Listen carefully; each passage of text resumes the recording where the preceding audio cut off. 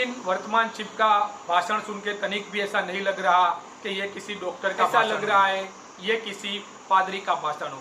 अब ये डॉक्टर है या पादरी है डॉक्टर है, ये आप चाहेंगे कि स्वामी रामदेव ने मुनाफा किया है तो इस देश की बड़ी बड़ी फार्मास्यूटिकल कंपनियों ने क्या देश वैसे संत आसाराम जी बापू भी अपने सत्संग सभाओं में अक्सर इस मेडिकल माफियाओं के खिलाफ अक्सर अपनी आवाज बुलंद करते रहते थे और लोगों को आयुर्वेद के प्रति जागरूक करते थे। स्वामी रामदेव से और आचार्य बालकृष्ण से जोधपुर जेल में संत आसाराम बापू के साथ जो अत्याचार हो रहे हैं उसके खिलाफ आप क्यों नहीं बोल रहे? हाल ही में उन्होंने चर्च में जो बयान दिया था वो फिर सुनिए, उसमें ये क्या कह रहे हैं। घटिया सोच है इनकी आयुष मंत्रालय के। आईएमए के चीफ डॉक्टर जयालाल पर आयुष मंत्रालय को 2000 करोड़ एलोपैथी बनाम आयुर्वेद, स्वामी रामदेव बनाम इंडियन मेडिकल एसोसिएशन, यह विवाद रुकने का नाम ही नहीं ले रहा है।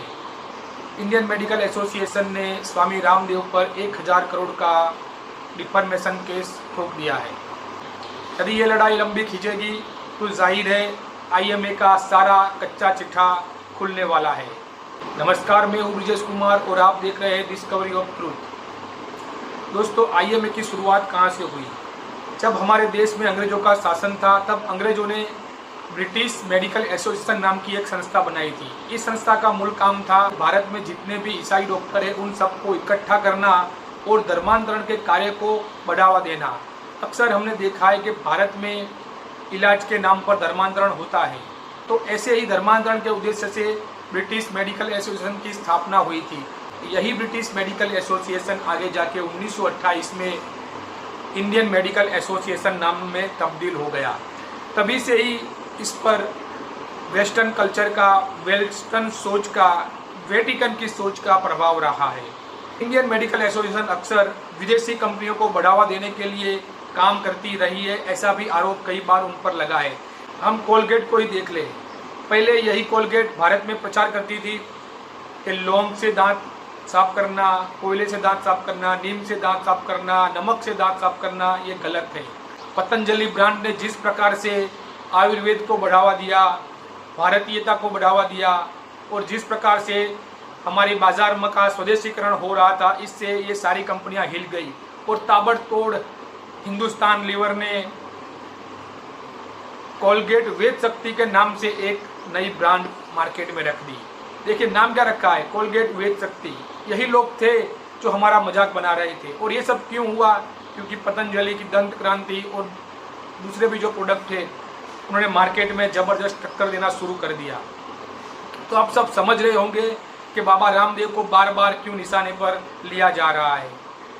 आचार्य बालकृष्ण ने एक ट्वीट करके कहा है कि क्रिश्चियन मिशनरियां भारत को ईसाई बनाना चाहती है, इसीलिए वह स्वामी रामदेव को बदनाम कर रही है। आचार्य बालकृष्ण की इस ट्वीट को हल्के में नहीं लेना चाहिए, क्योंकि आईएमए का वर्तमान जो चीफ है जिसका नाम है जॉन रोज ऑस्टिन जयालाल, ये शॉर्ट में डॉक्टर जयालाल के नाम से मशहूर है। अक्सर देखा गया है जो क्रिप्टो क्रिश्चियन होते हैं वो अपना पूर्व नाम छोड़ते नहीं हैं। जैसे कई पादरियों के नाम रामचंद्र है, कृष्णानंद है, माधवानंद है, ऐसे नाम के पादरी भी भारत में मिल जाते हैं। आम हिंदुओं को, आम देशवासियों को भ्रमित करने के लिए ये क्रिप्टो क्रिश्चियन ऐसे ही नाम रखते हैं। आईएमए के वर्तमान चीफ डॉक्टर जॉन रोज ऑस्टिन जयालाल ने गत मार्च महीने में चर्च में जाकर क्या भाषण दिया था ये सभी देशवासियों को जरूर सुनना चाहिए। भाषण सुन के आप सभी लोग हिल जाएंगे, ये मैं दावे से कहता हूँ। अक्सर देखा गया है और कहा जाता है आईएमए एक सेक्युलर संस्था है, वो किसी धर्म संप्रदाय से परे होकर मानवता के लिए और देशवासियों की सेवा करने के लिए कार्यरत है। लेकिन वर्तमान चीफ का भाषण सुन के तनिक भी ऐसा नहीं लग रहा कि ये किसी डॉक्टर का भाषण हो। ऐसा लग रहा है ये किसी पादरी का भाषण हो। अब ये डॉक्टर है या पादरी है डॉक्टर है, ये आप ही तय कीजिए। सुनिए ये भाषण। है कि जब मैं एक ईसाई डॉक्टर के रूप में काम करता हूं तो मेरी प्राथमिक चिंता यह सुनिश्चित करना है कि मेरे पास व्यक्ति की मानसिक भलाई और आध्यात्मिक उपचार के बारे में बात करने का समय है। हमें धर्मनिरपेक्ष संस्थानों, मिशनों संस्थानों, मेडिकल कॉलेजों में अधिक काम करने के लिए अधिक ईसाई डॉक्टरों की आवश्यकता है। इनका ये इंटरव्यू मार्च महीने का है।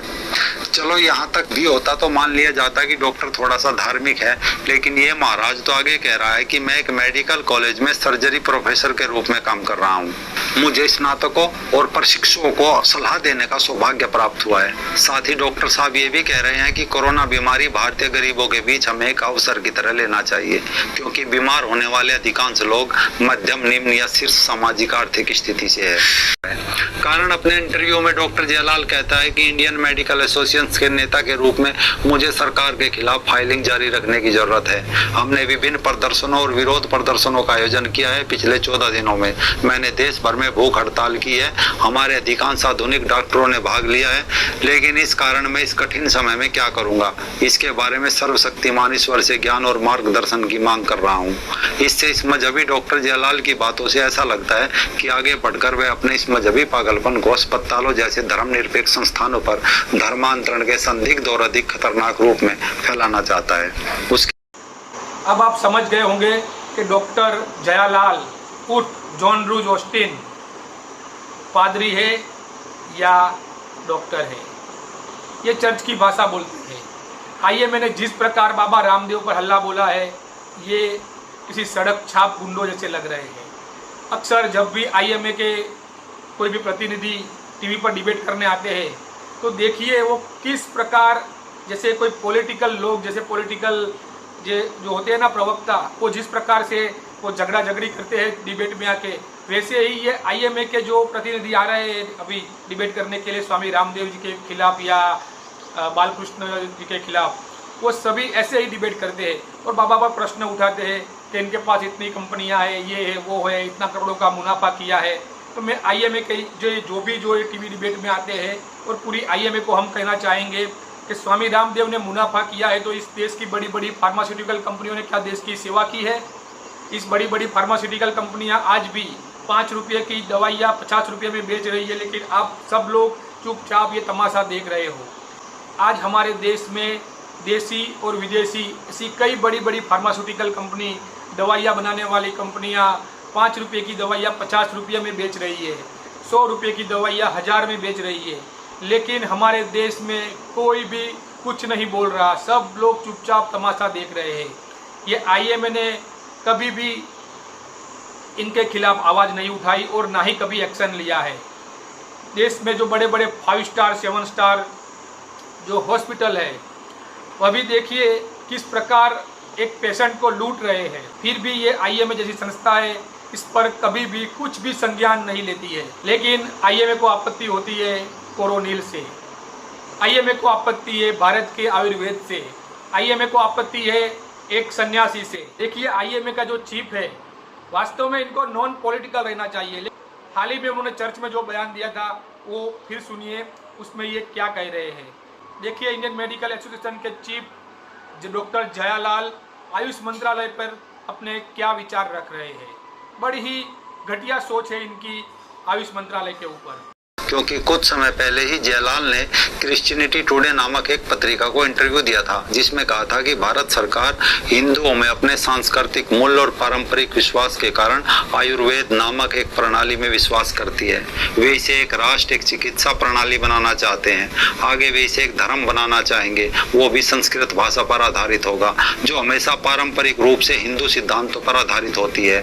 ये सरकार के लिए लोगों के मन में संस्कृत की भाषा और हिंदुत्व की भाषा पेश करने का एक अप्रत्यक्ष तरीका है। मैं देख सकता हूँ उत्पीड़न के बीच भी, कठिनाइयों के बीच भी, यहाँ तक कि सरकार के नियंत्रण के बीच भी खुले तौर पर बाइबिल के संदेश का प्रचार करने में हमारे सामने आने वाली बाधाओं के बीच विभिन्न तरीकों और मार्गों से ईसाई धर्म बढ़ रहा है। सुना आपने IMA चीफ की कितनी घटिया सोच है आयुष मंत्रालय पर।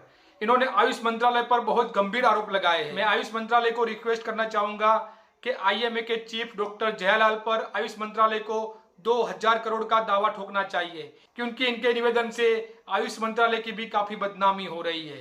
क्या IMA ऐसे ईसाइयत की सोच रखने वाले, ऐसे कट्टरवादी ईसाई पर कोई कार्यवाही करेगा या सिर्फ हिंदू सन्यासी पर या आयुर्वेद पर ही चिल्लाता रहेगा। देखिए, स्वामी रामदेव को लेकर हम सभी में आपसी मतभेद होंगे, लेकिन इस समय मैं सभी को कहना चाहूँगा, ये लड़ाई स्वामी रामदेव की नहीं है, ये लड़ाई मेडिकल माफिया की है, आयुर्वेद की है, यहाँ हमारे भारत की अस्मिता की लड़ाई है। स्वामी रामदेव ने जो बयान दिया है वो बिल्कुल सही है और ऐसा ही इस देश में हुआ है, लेकिन स्वामी रामदेव ने हिम्मत करके ये बात बोली है। वैसे संत आसाराम जी बापू भी अपने सत्संग सभाओं में अक्सर इस मेडिकल माफियाओं के खिलाफ अक्सर अपनी आवाज़ बुलंद करते रहते थे और लोगों को आयुर्वेद के प्रति जागरूक करते रहते थे, लेकिन आज उनका जो हाल हुआ है ये हम सब देख रहे हैं। आचार्य बालकृष्ण जी ने कहा है कि स्वामी रामदेव के पीछे ईसाई मिशनरियाँ है, ये मिशनरी का षड्यंत्र है। वैसे आसाराम बापू के जितने भी भक्त हैं वो सभी कहते हैं, डॉक्टर सुब्रमण्यम स्वामी ने भी कहा है और कई हिंदूवादी नेता और कई संतों ने भी कहा है कि धर्मांतरणकारी ताकतें संत आसाराम बापू को फंसा रही है, अभी तक उनको जेल में रखा है। लेकिन मैं स्वामी रामदेव से और आचार्य बालकृष्ण से भी कहना चाहूँगा, आपने भी पूर्व काल में संत आसाराम बापू जी का लाभ लिया है, आप भी उनसे मिले हैं, आप भी उनको जानते हैं, पहचानते हैं। देखिए, देश को लूटने वाले सब इकट्ठा होकर देश को लूट रहे हैं, देश को बर्बाद कर रहे हैं, लेकिन देश को बचाने वाले जो चंद संत है, जो अच्छे अच्छे व्यक्ति है, वो लोग क्यों एक नहीं हो रहे हैं, ये मुझे समझ नहीं आ रहा है। मैं स्वामी रामदेव को ये भी पूछना चाहता हूँ, आपको देशवासियों को इतनी चिंता हो रही है, आप इतना व्यथा व्यक्त कर रहे हैं, लेकिन जोधपुर जेल में संत आसाराम बापू के साथ जो अत्याचार हो रहे हैं उसके खिलाफ आप क्यों नहीं बोल रहे हैं।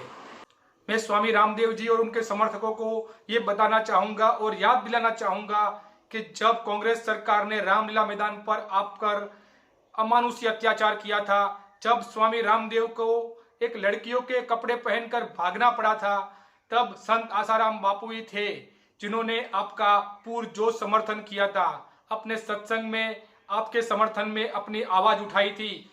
और इसी संत आसाराम बापू ने आपके समर्थन में व्यथित होकर तत्कालीन कांग्रेस की सर्वे सर्वा, देश की सर्वे सर्वा और देश की सबसे पावरफुल महिला सोनिया गांधी को भारत छोड़ने की नसीहत तक दे डाली थी।